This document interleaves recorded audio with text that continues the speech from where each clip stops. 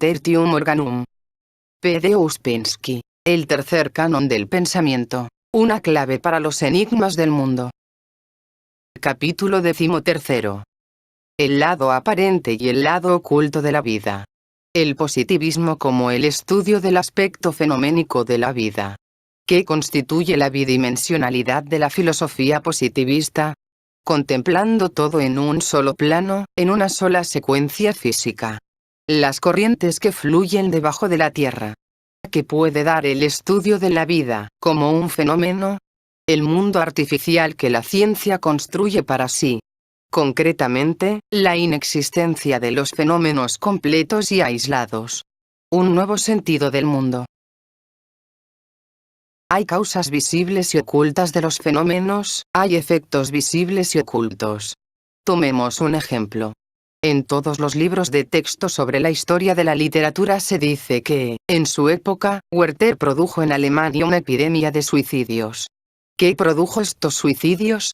Imaginémonos ahora que aparece algún científico quien, interesándose por el hecho del incremento de suicidios, empieza a estudiar la primera edición de Werther según los métodos de la exacta ciencia positivista. Pesa el libro, lo mide con los instrumentos más precisos, anota la cantidad de páginas, efectúa un análisis químico del papel y de la tinta de imprenta, cuenta el número de líneas de cada página, el número de letras y el número de signos de puntuación, y, finalmente, calcula cuántas veces se repite en Werther la letra A, cuántas veces la letra B, cuántas veces el signo de interrogación, etc. En una palabra, realiza todo lo que los musulmanes piadosos solían hacer con el Corán de Mahoma. Y, basándose en sus investigaciones, escribe un tratado sobre la relación de la letra A, del alfabeto alemán con los suicidios. Imaginémonos otro científico quien, estudiando la historia de la pintura, decide plantearla sobre una base científica y emprende una larga serie de análisis de los pigmentos usados en pinturas famosas con el objeto de definir las causas de los distintos efectos producidos en nosotros por diferentes pinturas. Imaginémonos un salvaje que estudia un reloj. Supongamos que el salvaje es inteligente y hábil. Desmontó el reloj y contó todas las ruedecillas y tornillos, contó el número de dientes de cada ruedecilla, y conoce al reloj como a la palma de su mano. Lo único que no conoce es para qué sirve. Tampoco sabe que la aguja da la vuelta por toda la esfera en 12 horas, o sea, que uno puede decir la hora por medio del reloj. Todo esto es positivismo. Estamos demasiado acostumbrados a los métodos positivistas y no logramos advertir que conducen a absurdos y, si buscamos la explicación del significado de algo, fracasan rotundamente en alcanzar esto. La verdad es que, para explicar el significado, el positivismo no es bueno. Para la naturaleza es un libro cerrado del que solo estudia el aspecto exterior. En la cuestión de estudiar la acción de la naturaleza, los métodos positivistas van muy lejos, como lo demuestran todos los innumerables logros de las ciencias técnicas modernas, incluida la aviación. Pero en el mundo, todo tiene su clara esfera de acción. El positivismo es muy bueno cuando busca una respuesta a la cuestión de cómo funciona algo en condiciones dadas. Pero cuando intenta ir más allá de sus condiciones definidas, tiempo, espacio y causalidad, o empieza a afirmar que fuera de las condiciones dadas no existe nada, evidentemente traspasa los lindes de una esfera que le es ajena. Es verdad que los pensadores positivistas más serios niegan toda posibilidad de preguntas de por qué y para qué en la investigación positivista. La filosofía positivista considera casi un absurdo la búsqueda de significado y finalidad. Por supuesto, hay más verdad en esto, porque la teleología, desde el punto de vista positivista, es realmente un absurdo. Pero, concretamente, el punto de vista positivista no es el único posible. El error habitual del positivismo radica en el hecho de que no ve nada salvo a sí mismo, y considera que todo es posible para él, o contempla como generalmente imposibles muchas cosas que en realidad son muy posibles, pero no para el estudio positivista. Sin embargo, la humanidad nunca cesará de buscar respuestas a las preguntas de por qué y para qué. En relación con la naturaleza, un científico positivista está casi en la misma posición que un salvaje en una biblioteca llena de libros raros y valiosos. Para un salvaje, un libro es una cosa de cierto tamaño y peso. Por más que trate de descifrar la finalidad de esta cosa extraña, nunca la entenderá por su apariencia, y el contenido del libro seguirá siendo para él el noumeno insondable. Y de igual modo, el contenido de la naturaleza es tan insondable para un científico positivista. Pero si un hombre sabe de la existencia del contenido del libro, el noumeno de la vida, si sabe que un significado misterioso se oculta bajo los fenómenos visibles, es posible que, al final, llegue a la esencia de la cosa. Para esto es necesario entender la idea del contenido interior, o sea, el significado de la cosa en sí. El científico que halla tablillas con jeroglíficos o inscripciones cuneiformes en idioma desconocido las descifra y lee después de muchísimo trabajo. Y a fin de leerlas necesita solamente una cosa: saber que estos signos representan escritura. Mientras los considere un adorno, un ornato externo de las tablillas, o un dibujo accidental desconectado de cualquier significado, su significado e importancia permanecerán para él completamente cerrados. Pero tan pronto presupone la existencia de este significado, surge la posibilidad de captarlo. Cada cifra puede leerse, hasta sin clave alguna. Pero uno debe saber que es una cifra. Esta es la condición primera e indispensable. Sin ella, nada podrá hacerse. Hace mucho tiempo que la filosofía conoce la idea de la existencia de los aspectos visibles y ocultos de la vida. Admítase que los acontecimientos o fenómenos representan solamente un aspecto del mundo, un aspecto aparente, exento de existencia real y que nace en el momento de nuestro contacto con el mundo real, un aspecto infinitamente pequeño en comparación con el otro. El otro aspecto, noumeno, se consideraban como realmente existente en sí, pero inaccesible para nuestra percepción. Pero no puede haber error mayor que considerar al mundo como dividido en fenómenos y noúmenos, considerar a fenómenos y noúmenos como separados uno del otro, existiendo independientemente uno del otro y capaces de percibirse aparte uno del otro. Esto es completo analfabetismo filosófico, que se manifiesta muy claramente en las teorías espiritualistas dualistas. La división de fenómenos y noúmenos existe solamente en nuestra percepción. El mundo fenoménico es meramente nuestra representación incorrecta del mundo. Como dijera Karl Duprel, el mundo del más allá es solamente este mundo percibido extrañamente. Más correcto sería decir que este mundo es solo el mundo del más allá percibido extrañamente. Es muy correcta la idea de Kant de que el estudio del aspecto fenoménico del mundo no nos acercará más al conocimiento de las cosas en sí mismas. Una cosa en sí es una cosa como existente en sí, independientemente de nosotros. El fenómeno de una cosa es la cosa en el aspecto de ella que percibimos.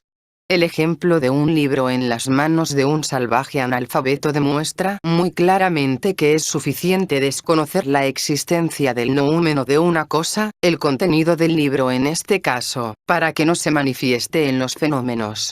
Pero el conocimiento de su existencia es suficiente para abrir la posibilidad de hallarlo por medio de los mismísimos fenómenos cuyo estudio habría sido cabalmente inútil sin el conocimiento de la existencia del noumeno. Tal como para un salvaje es imposible que se acerque al conocimiento de la naturaleza de un reloj estudiando el aspecto fenoménico de este, o sea, la cantidad de ruedecillas y la cantidad de dientes de cada una de estas, de igual modo en el caso de un científico positivista que estudia el aspecto externo, que se manifiesto, de la vida, su secreta razón de ser y la finalidad de manifestaciones separadas permanecerán eternamente ocultas. Para un salvaje, el reloj sería un juguete interesantísimo, complejo, pero enteramente inútil. De modo parecido, ante los ojos de un materialista científico, un hombre parece ser un mecanismo que nació de manera desconocida, infinitamente más complejo, pero no menos desconocido con respecto a la finalidad de su existencia. Nos representamos cuán incomprensibles serían las funciones de una vela y una moneda para un ser plano, que estudie dos círculos idénticos en su plano. Para un científico que estudie al hombre como un mecanismo, sus funciones serán igualmente incomprensibles. Está claro por qué esto debe ser así. Porque la vela y la moneda no son dos círculos idénticos, sino dos objetos muy distintos que tienen significado y uso totalmente diferentes en el mundo que es superior al mundo plano. De modo parecido, un hombre no es un mecanismo, sino algo que tiene una finalidad y un significado en un mundo superior al mundo visible. Las funciones de la vela y de la moneda en nuestro mundo son, para el imaginario ser plano, un noúmeno inaccesible. Está muy claro que el fenómeno de un círculo no puede dar idea alguna de la función de la vela y su diferencia con la moneda. Pero la percepción bidimensional existe no solo en un plano. El pensamiento materialista trata de aplicarla a la vida real. Como curioso resultado surgen absurdos, cuyos verdaderos significados son, desgraciadamente, incomprensibles para muchas personas. Uno de tales resultados es el hombre económico, muy claramente un ser plano bidimensional que se mueve en dos direcciones, la de producción y la de consumo, o sea, un ser en el plano de producción-consumo. ¿Cómo es posible representar al hombre en general en la forma de semejante ser evidentemente artificial? ¿Y cómo es posible esperar entender las leyes de la vida del hombre con sus complejas aspiraciones espirituales, con el principal impulso de su vida que es desear conocer, desear entender todo lo que está alrededor y dentro de él, estudiando las leyes imaginarias de la vida de un ser imaginario en un plano imaginario? La respuesta a esta pregunta sigue siendo el secreto de los inventores. Pero la teoría económica atrae a la gente, como lo hacen todas las teorías simples que procuran una breve respuesta a una serie de largas preguntas. Pero nos hemos envuelto demasiado en teorías materialistas y no vemos nada más allá de ellas. La ciencia positivista no niega fundamentalmente la doctrina de los fenómenos y nómenos. Solo afirma, en oposición a Kant, que estudiando los fenómenos nos acercamos gradualmente a los noúmenos. Los noúmenos son, según la opinión de la ciencia, los movimientos de los átomos y del éter, o las vibraciones de los electrones. Así, la ciencia considera al universo como un torbellino de movimiento mecánico o como un campo de manifestación de energía electromagnética que, al ser percibido por los órganos sensorios, asume para nosotros colorido fenoménico. El positivismo afirma que los fenómenos de la vida y la consciencia son meramente las funciones de los fenómenos físicos y no son más que cierta combinación compleja de estos últimos. Y además, que las tres clases de fenómenos son realmente lo mismo, y los superiores, o sea, los fenómenos de la vida y la consciencia, no son sino diferentes manifestaciones de los inferiores, o sea, de una misma energía físico-mecánica o electromagnética. Pero contra todo esto puede adelantarse un argumento. Si esto fuera verdad, habría sido demostrado hace tiempo. Nada es más fácil que demostrar la hipótesis energética de la vida y la consciencia. Todo lo que se necesita es obtener vida o consciencia por medios mecánicos. El materialismo o la energética son teorías concretas que no pueden ser ciertas sin prueba porque no pueden dejar de tener pruebas si contienen siquiera una partícula de verdad. Pero realmente estas teorías no tienen pruebas. Por el contrario, la potencialidad infinitamente mayor de los fenómenos de vida y procesos mentales en comparación con los fenómenos físicos apunta exactamente a lo contrario. El hecho antes mencionado acerca de la tremenda energía liberadora perteneciente a los fenómenos psicológicos es por sí mismo suficiente para colocar al problema del mundo de lo oculto sobre una base enteramente real y firme. Y el mundo de lo oculto no puede ser el mundo del movimiento mecánico inconsciente, de un desarrollo inconsciente de fuerzas electromagnéticas. Las teorías positivistas admiten la posibilidad de explicar lo superior por medio de lo inferior, admiten la posibilidad de explicar lo invisible por medio de lo visible. Pero como se señaló al comienzo, este es un intento de explicar una incógnita por medio de otra incógnita. Hay aún menos justificación al explicar lo conocido por medio de lo desconocido. Empero, eso inferior la materia y el movimiento, por medio de lo cual la teoría positivista intenta explicar lo superior la vida y el pensamiento, es desconocido. En consecuencia, es imposible explicar mediante eso todo lo demás. Por otro lado, lo superior, o sea, el pensamiento, es la única cantidad que poseemos, lo único que conocemos y de lo que estamos conscientes en nosotros, lo único acerca de lo cual no podemos equivocarnos ni tener duda alguna. Y, puesto que el pensamiento puede suscitar y liberar energía física, mientras que el movimiento nunca puede suscitar o liberar pensamiento, una rueda giratoria nunca puede suscitar un pensamiento, evidentemente se colige que no debemos empeñarnos en definir lo superior por medio de lo inferior, sino lo inferior por medio de lo superior. Y, puesto que lo invisible, como el contenido de un libro o la finalidad de un reloj, define lo visible, no debemos tampoco empeñarnos en entender lo visible sino lo invisible. Partiendo del falso supuesto del carácter mecánico del aspecto neumónico de la naturaleza, la ciencia positivista, sobre la que se funda el criterio del mundo de la mayoría de la moderna humanidad educada, comete empero otro error al examinar la ley de causa y efecto o la ley de función, a saber, confunde lo que es causa con lo que es efecto. Tal como el ser plano bidimensional considera los fenómenos que llegan a su consciencia como si estuvieran en un solo plano, de igual modo el criterio positivista se empeña en interpretar en un solo plano todos los fenómenos de diferentes órdenes, o sea, explicar todos los fenómenos visibles como efectos de otros fenómenos visibles y como la causa inevitable de subsiguientes fenómenos visibles. En otras palabras, considera como si tuvieran interdependencia causal y funcional solo los fenómenos que tienen lugar en la superficie, y estudia al mundo visible o los fenómenos del mundo visible, rehusando admitir que causas no contenidas en este mundo podrían haber penetrado en él o que los fenómenos de este mundo podrían tener funciones fuera de él. Pero asimismo esto podría ser verdad solo si este mundo no contuviera fenómenos de vida y pensamiento, o si los fenómenos de vida y de procesos mentales fueran en realidad derivados de fenómenos físicos en vez de estar dotados de una fuerza oculta infinitamente mayor que los últimos. Entonces estaríamos justificados al examinar las cadenas de fenómenos solo en su secuencia física o visible, como lo hace la filosofía positivista. Pero si tomamos en consideración los fenómenos de vida y pensamiento, estamos obligados a admitir que la cadena de fenómenos entra muy rápidamente de una secuencia puramente física en una secuencia biológica, o sea, una secuencia que ya contiene mucho que está oculta y es invisible para nosotros, o en una secuencia psicológica en la que está más oculta todavía. Debemos también admitir que en la transición inversa en la secuencia física desde las esferas biológica y psicológica, las acciones proceden, a menudo si no siempre, precisamente desde aquellos aspectos que están ocultos a nosotros, o sea, que la causa de lo visible es lo invisible. Como resultado estamos obligados a admitir que es imposible considerar cadenas o secuencias únicamente en el mundo de los fenómenos físicos.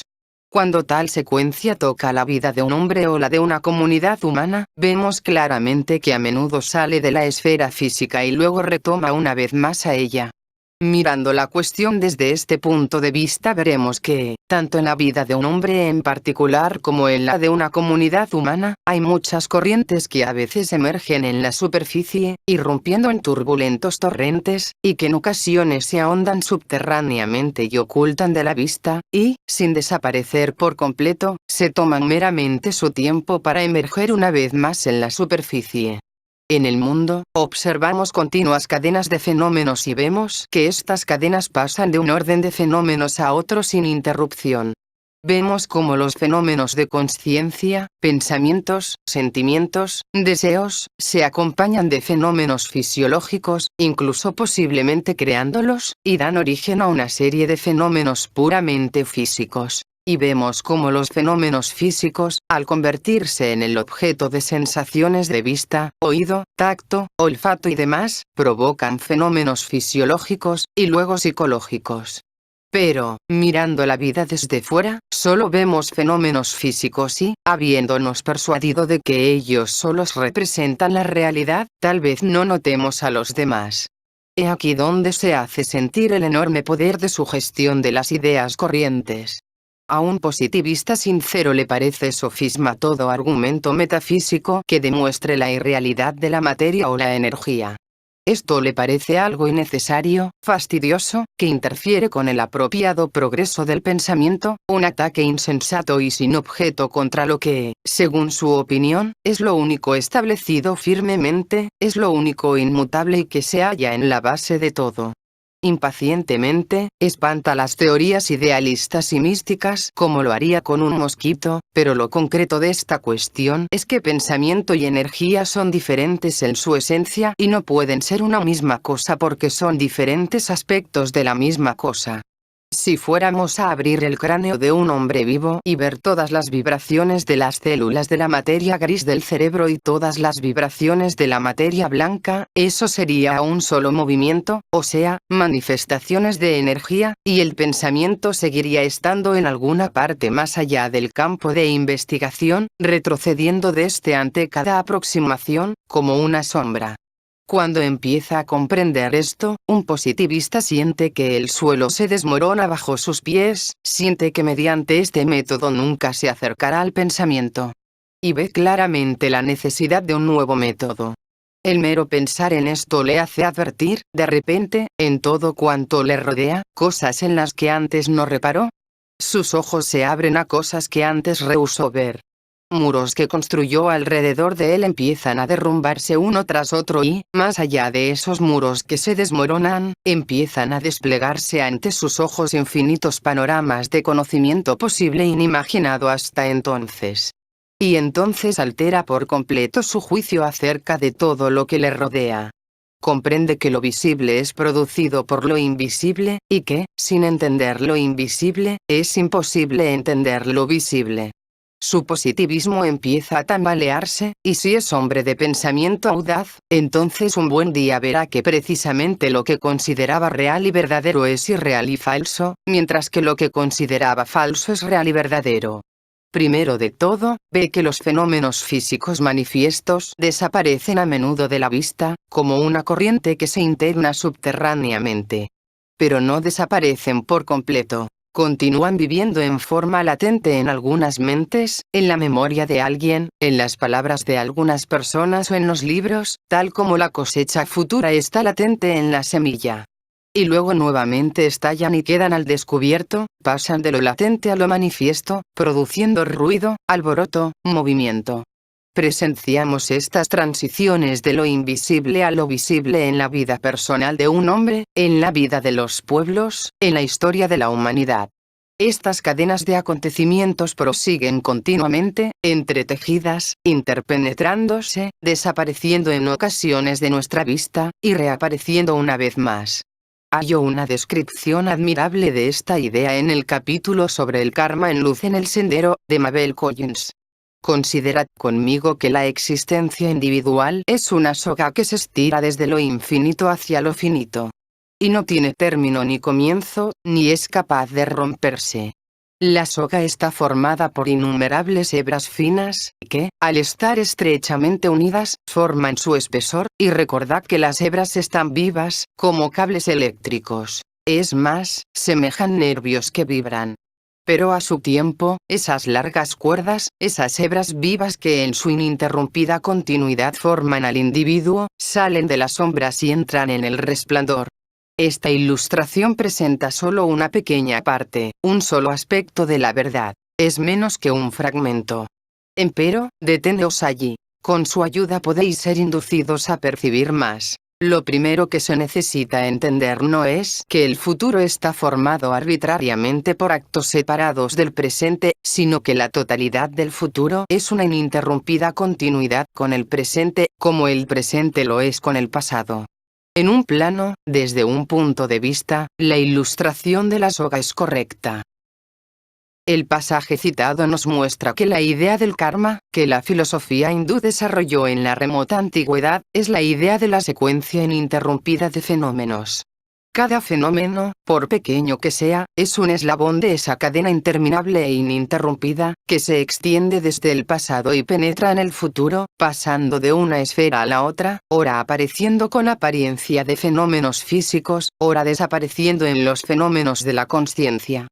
Si examinamos la idea del karma desde el punto de vista de nuestra teoría del tiempo y del espacio de muchas dimensiones, la interconexión de acontecimientos separados cesará de parecernos milagrosa e incomprensible.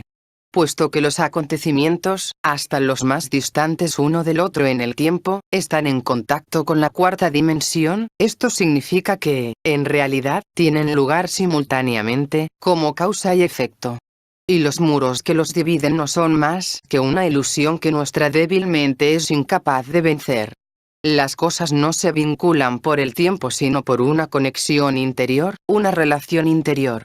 Y el tiempo no puede separar cosas que interiormente son estrechas y se siguen una a la otra. Otras propiedades de estas cosas hacen que nos parezcan divididas por el océano del tiempo. Pero sabemos que este océano no tiene existencia real y empezamos a entender cómo y por qué los acontecimientos de un milenio pueden tener influencia directa sobre los acontecimientos de otro milenio. La actividad oculta de los acontecimientos se torna clara para nosotros. Entendemos que, ante nuestros ojos, los acontecimientos deben ocultarse a fin de preservar para nosotros la ilusión del tiempo. Lo que sabemos es esto: que los acontecimientos de hoy fueron ideas y sentimientos de ayer, y los acontecimientos de mañana están hoy en la irritación de alguna persona, en el hambre de alguien, en el sufrimiento de alguien, y también aún más, en la imaginación de alguien, en la fantasía de alguien, en los sueños de alguien. Sabemos todo esto. Empero, nuestra ciencia positivista continúa tozudamente viendo solo la secuencia de los fenómenos visibles, o sea, considera cada fenómeno visible o físico como el efecto de solo otro fenómeno físico, asimismo visible. Esta tendencia a verlo todo en un solo plano, esta reluctancia a reconocer nada fuera de ese plano, estrecha nuestro juicio tan terriblemente que nos impide captar la vida en su totalidad.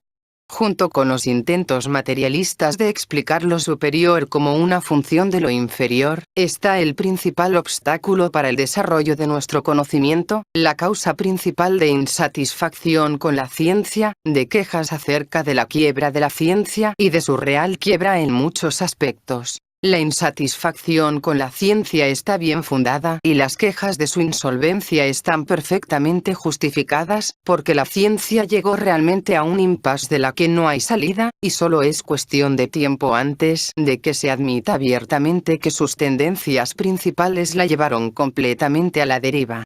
Podemos decir, no como una suposición, sino como una afirmación clara, que el mundo de los fenómenos físicos representa, por decirlo así, una parte de otro mundo, que también existe aquí, y cuyos acontecimientos tienen lugar aquí, pero invisiblemente para nosotros. Nada es más milagroso y sobrenatural que la vida. Tómese una calle de una gran ciudad, en todos sus pormenores, y se obtendrá una enorme diversidad de hechos.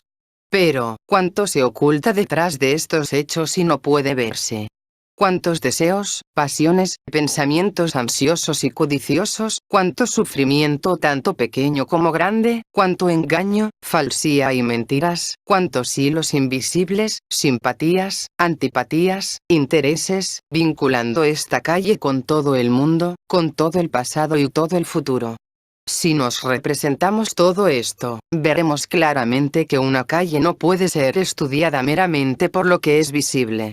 Debemos explorar más profundamente.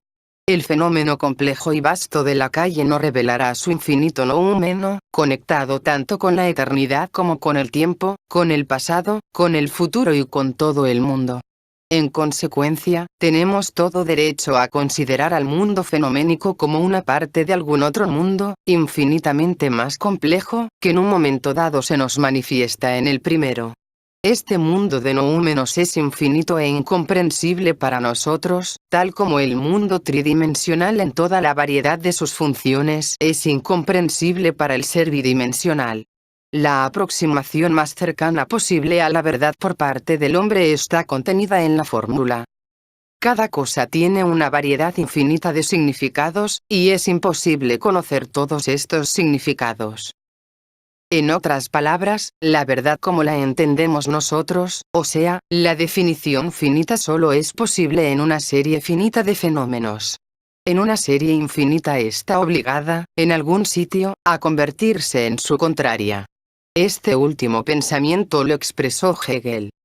Cada idea, extendida en el infinito, se convierte en su contraria. Precisamente, este cambio de significado es la razón de por qué el mundo nouménico es incomprensible para el hombre.